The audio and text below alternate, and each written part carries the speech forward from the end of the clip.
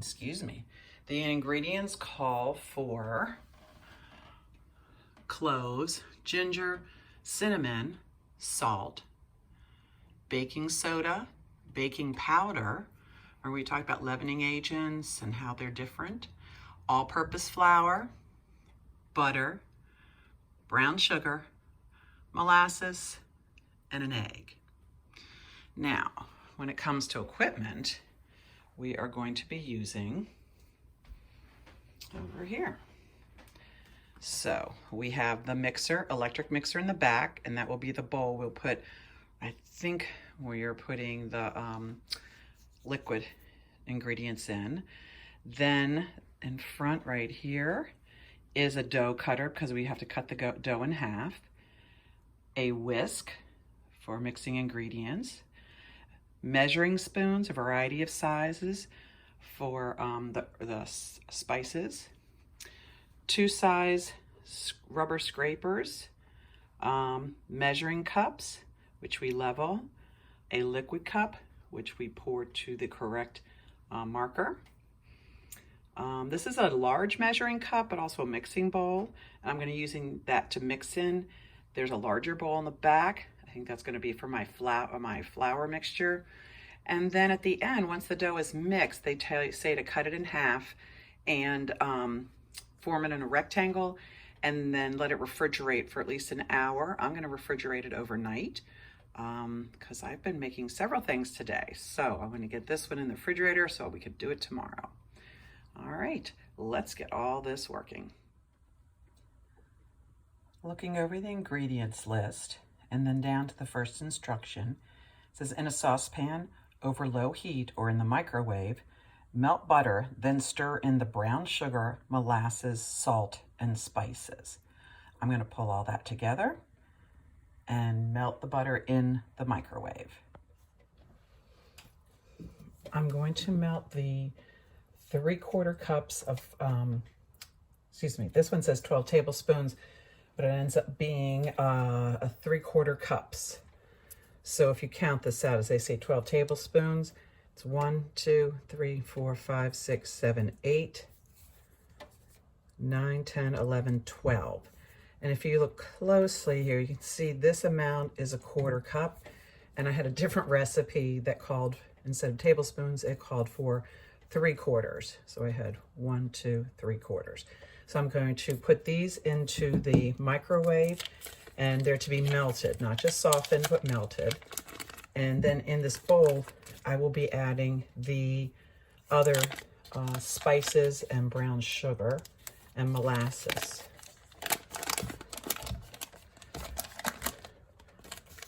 So this should take probably about a minute. I have it softening out a little bit, but it's going to need to soften more. So probably about a minute of microwaving. In my microwave, it took 1 minute 30 seconds. I used the 30-second button 3 times. And so it took a 1 minute 30 seconds to melt it. It was pretty close to all melted at a minute, but I knew it needed to be warm enough to mix things up because they talked about letting it cool down.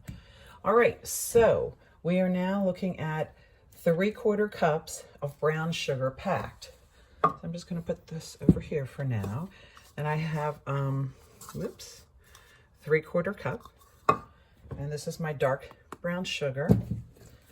And I'm going to just use a spoon to scoop it up and try to keep from being too messy. Okay. And packed, you do with brown sugar. You can't really pack sugar. And usually they do not want you packing in a recipe flour. Flour should be a little loose when you put it in. I remembered I had this mat, and if it's perfectly on top of the stove, so as long as I'm not using the stove top, it's good to make a workspace between my ingredients and my equipment. Still trying to figure out how to make my kitchen classroom. A little hard when you have other people living with you. So, but I'd much rather have my family with me right now than, being alone. That would be hard. I would adapt, but it would be hard. Okay, so that is a 1/3 cup of brown sugar excuse me, 3/4 cup brown sugar. And I do not want this to splash, so I'm not gonna let it plunk in. Add that in. I talked about not to plunk things here. At least I didn't splash the butter. Okay. All right, there we go. I just knew if I put it all in, it would get, it would get splashed on me, and I did not want butter all over me. Okay, so that is the 3/4 cup packed brown sugar. After that is 3/4 cup molasses, and people may measure this out differently. You could use this and you just fill it all the way up, but I'm going to go by the strict rule and use this, which is a liquid, very thick, syrupy molasses. See if I can get this open. But I need to pour out 3/4 cups. So I'm going to go right to here, but when I pour it, I have to have it level, and I'll look to it here. So let's first see if I can get this opened or not. Oh, good. It was an easy one. Okay, so I will be using, I guarantee you, my rubber scraper. All right. Ooh, I can smell that. All right, so I'm going to pour 3/4 cup, the same as the sugar. Okay, I'm going to make sure I have the right place. All right. So that was about a half of the jar. Let me show you if I can where I poured it. So it was supposed to be 3/4 cups, so that's right there. So I'm going to pour this in. And again, I'll be using the scraper. This is very thick. Very thick.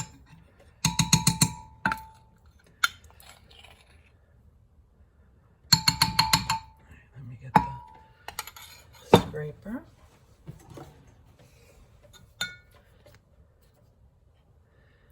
Every bit of the ingredients in there. Okay. And then I'm just going to use the flat side of it and scrape. Get all this in here.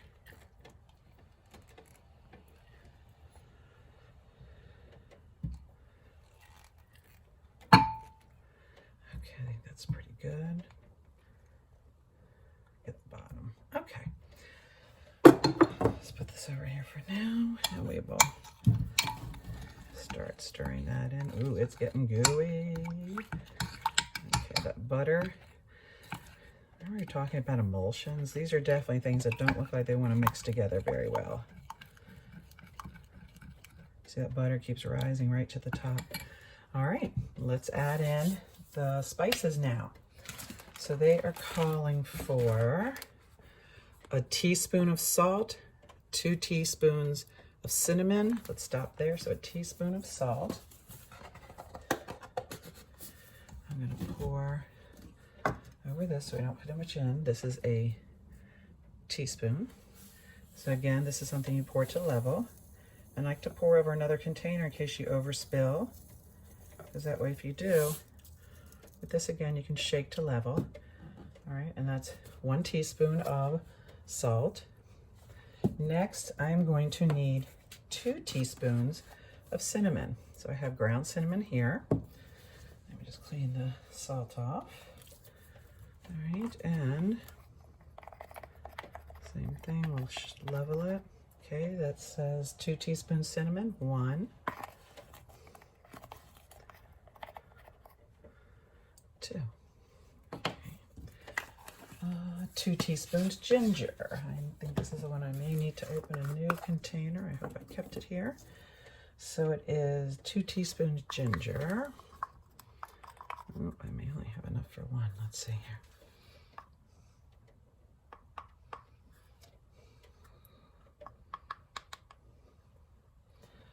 I'm getting it everywhere but in there. Come on. All right, so there's my little straight clean edge here.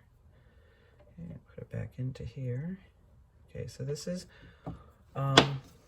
ginger, ground ginger, and I need 2 teaspoons. I only have 1 available right now. Let me see if I kept the other one up here. I hope so.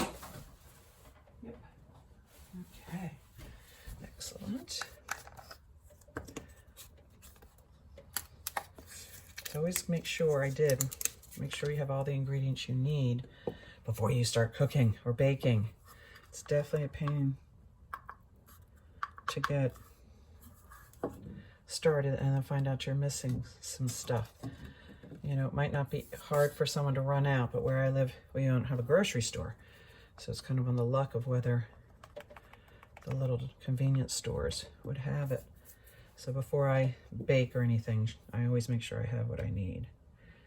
Okay, put that back in there. I had too much for sure. Okay. 2nd teaspoon of ginger. And then a 1/4 teaspoon of allspice or cloves. And I brought out cloves because I like them. I think allspice is kind of a mixture, so I wanted this more. And I said 1/4. Did I get that wrong? Yep. Oh, there it is. 1/4 teaspoon. Just different color of my sets. Okay, this was the one that was clean. So again, shake it level. Okay, 1/4 of cloves. Oh, it smells so good. Definitely smells like holidays, winter. All right, anything else? So it was just up into that point. Yep, the spices and molasses. So we're just gonna stir this. And I think at this point, I need to switch over from my good old reliable spoon to, I think I want to use a whisk. Get a little more happening there. When you're working with these sticky substances, it's always good to have a little holder to put all the sticky things in. So, all right, so we're gonna mix these together. I would have used my larger container of this, but I have already used it for something else recently. Oh, it's getting to like a nice consistency, very creamy looking. Oh, that really changed on me, didn't it? Okay, that's great. It's kind of like it all glued. Remember that butter wouldn't stick with anything, and now it looks like it's kind of been adhered itself to maybe the molasses or the spices, who knows. All right, so our next step is transfer the mixture to a medium-sized mixing bowl, let cool to be lukewarm, and beat in the egg. Okay, this is lukewarm. I'm not too worried about that. So we are going to get this transferred over to the mixing bowl. All right, so I have my mixing bowl here and the mixture here. So I'm gonna go ahead and pour this in, and pour this the other way here. And then I'll use the rubber scraper to get the sides cleaned. Definitely different than when the butter sat on top.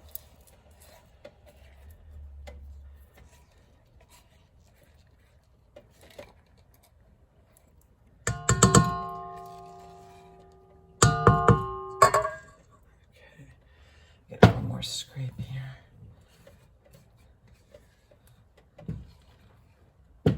Okay, so it says then to add the 1 egg, which I'll do now. And I will actually break the egg in here, just so we already have ingredients mixed. We don't want to ruin anything if the egg is bad. So we're going to crack it in here. 1 hit on the side, you just want a single little break, then gently pull apart. And there goes the egg. All right, that looks good. I'm going to put it here and pour the egg in. So now it calls for us, this is so sticky, one reason I keep all this in my little vinyl sleeves. It now says beat in the eggs. So I'll put the mixer on and beat in the eggs. And the next step is going to be to get the baking powder, baking soda, and flour, and mix those together, then add them to this mixture. So we will get all that stuff set up and this put onto the mixer.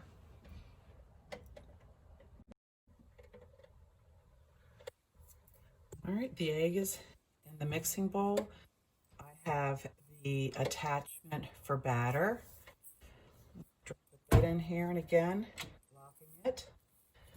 And it just says to mix. It doesn't have to get whipped in or anything, so just a low speed to get it mixed in. All right, that's all mixed. Oops, wrong way. All right, so the next step is, I think, in a separate bowl. Yes. So we are going to set this aside for the moment. And we are going to start mixing dry ingredients together. So let's see here. So over here, let's see, whisk the baking powder, baking soda, and flour. So we put those together. So I need, and see the spices are going in order, down to the egg. So now I need 1 teaspoon baking powder. So we're going to baking powder, 1 teaspoon. These perform different purposes, similar. They're leavening agents, 1 teaspoon. They have a nice little edge there, so you can use that as your leveler. Okay. So I'm going to put in 1 teaspoon baking powder.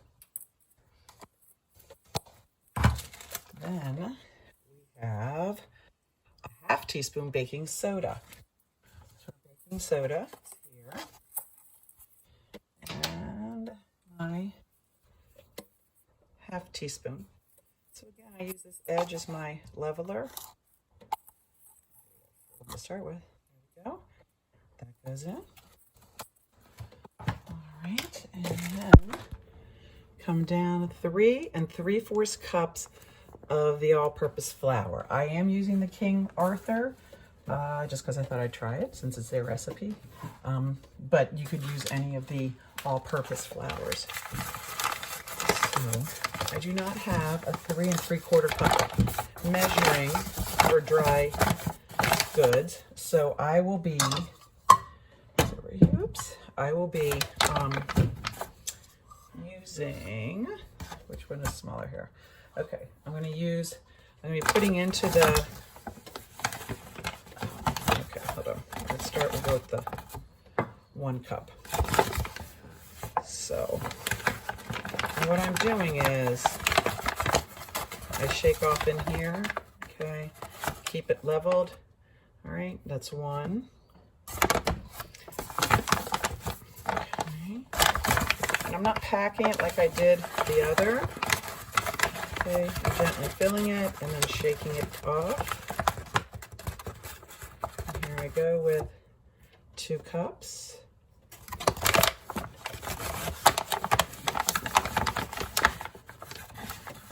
Okay, and loosen it.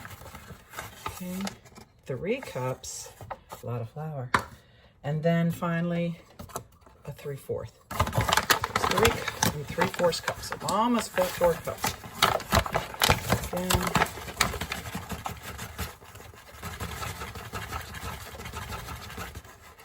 Okay, I didn't get quite as level. Okay, and that's my 3/4. So those are my dry ingredients, and now I need to mix them together. Except I washed my whisk and didn't dry it yet, so I'm gonna dry that off so we don't get dough made already.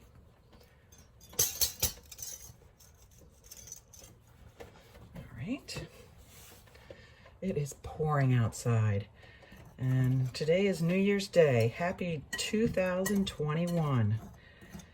2020 was a tough year, but there are also some wonderful things that happened in it, so can't say it's all bad. I definitely miss you all as my students. I definitely do. That's the part that makes it so much fun to be with in a classroom, especially for this. All right, so my dry goods are mixed nicely. I used the whisk. So then it says we're going to put those ingredients into the molasses mixture. The dough will be very soft and sticky, but don't be tempted to add more flour. It'll firm up once it's chilled. So we're gonna add that in, the flour ingredients, into the mixing bowl, all right? So let's move this out of the way here and move the mixer. Hoping you have a view here. No, not at all. Okay, let's see. Trying to get you a view. Okay, I think that's somewhat a view. Okay, now, I've never used it, but there's an attachment on my daughter-in-law's, I don't know if you can really see this or not, but it goes on and you put the flour in here. It's actually broken. It'd be nice if it was something sturdier, but I'm going to put it on here and see. Oh yeah, it sits nicely on the edges.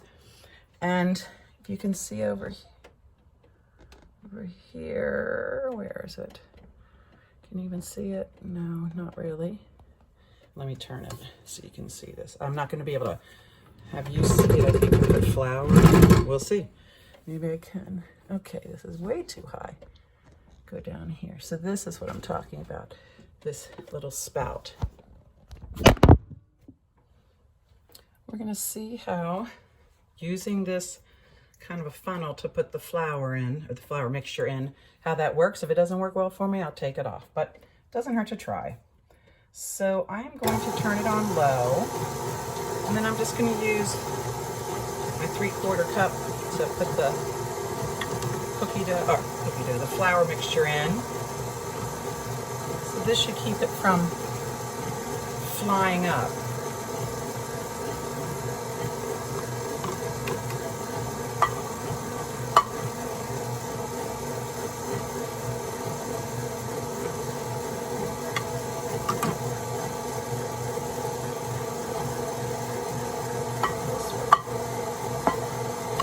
Give me a chance to mix the flour in a little bit before I put some more in.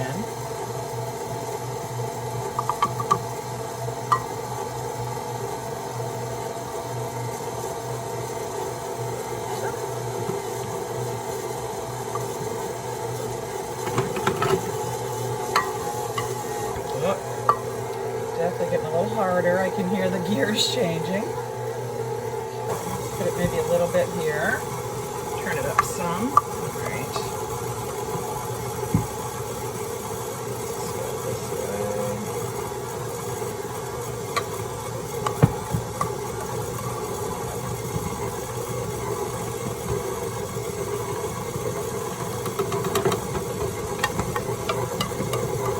I have a friend who says they never use an electric mixer when they make cookies, which I truly believe people do, but boy, it's a lot more work to mix it when this dough gets like this.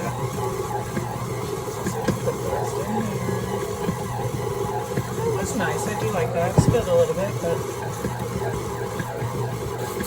okay. So check the directions for what it says.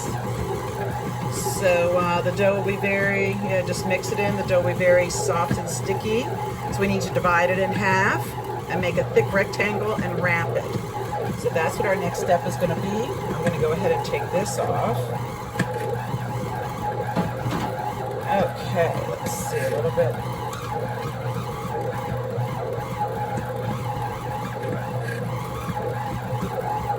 Okay, stop it. Go the right direction to stop. Okay. All right. It's much easier to get the dough out of this than the one like with the whisk.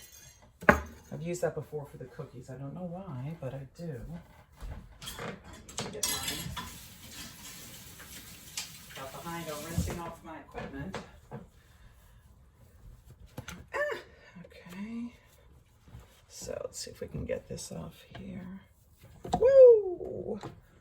Hold it on. I'm trying to get off without blocking your view. So, yeah, this cookie dough is soft, but it doesn't seem overly sticky, which is good. But they seem to think that was part of the appearance it should be. So, got most of that clean. I'm going to go ahead and take this off for just a second. And I want to just scrape the sides a little bit. Make sure everything is mixed at the bottom. Okay. It does. It looks like everything. I'm not seeing any remnants of flour or anything like that. Okay. So I think this is good. I think we've got it all mixed up. So now I need to clear out a space and split it in two and put it in some plastic wrap.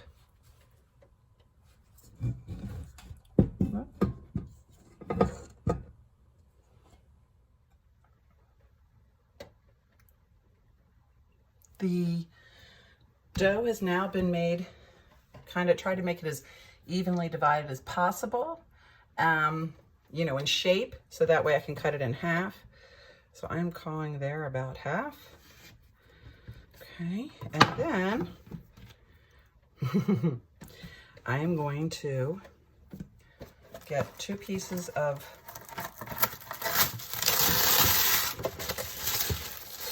stretch and seal, press and seal.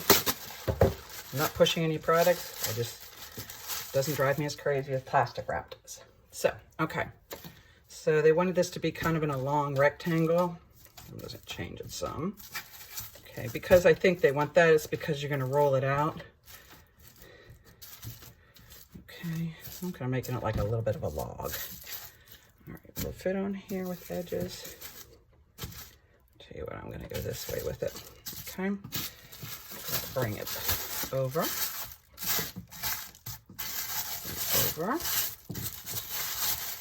over here, and then one more time over. Okay, I got this nice little rectangle, and now I'm going to do it to the next one. All right, let's get the plastic wrap in here.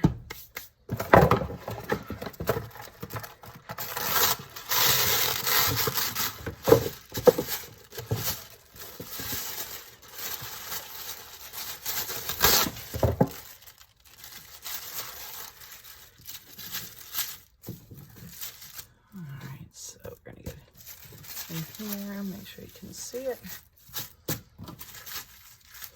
All right, and just again, making it that shape of a long rectangle is what the directions said. And they said chill for at least an hour.